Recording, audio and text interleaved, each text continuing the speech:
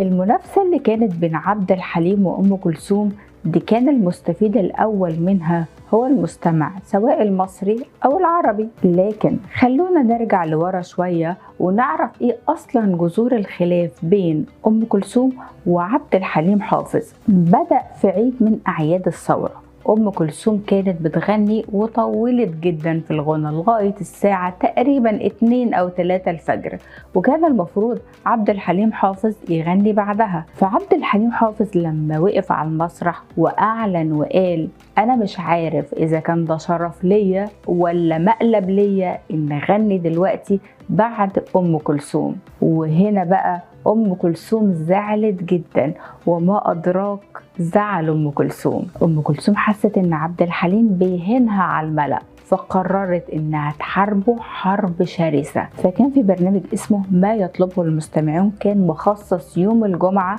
تكون حلقة عبد الحليم حافظ. فكلمت أمل فهمي وقالت لها ما تذاعش الحلقات الخاصة بعبد الحليم حافظ، وطلبت من إذاعة الأغاني نفس الطلب. عبد الحليم كان هيتجنن، فالحرب كانت كبيرة عليه في الوقت ده، وكمان الجرايد بطلت تنشر أخباره.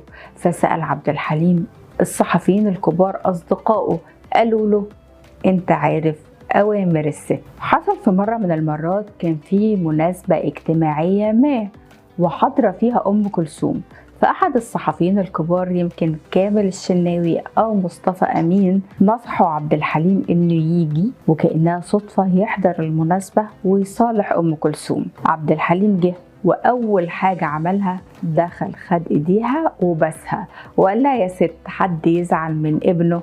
ده أنا ابنك.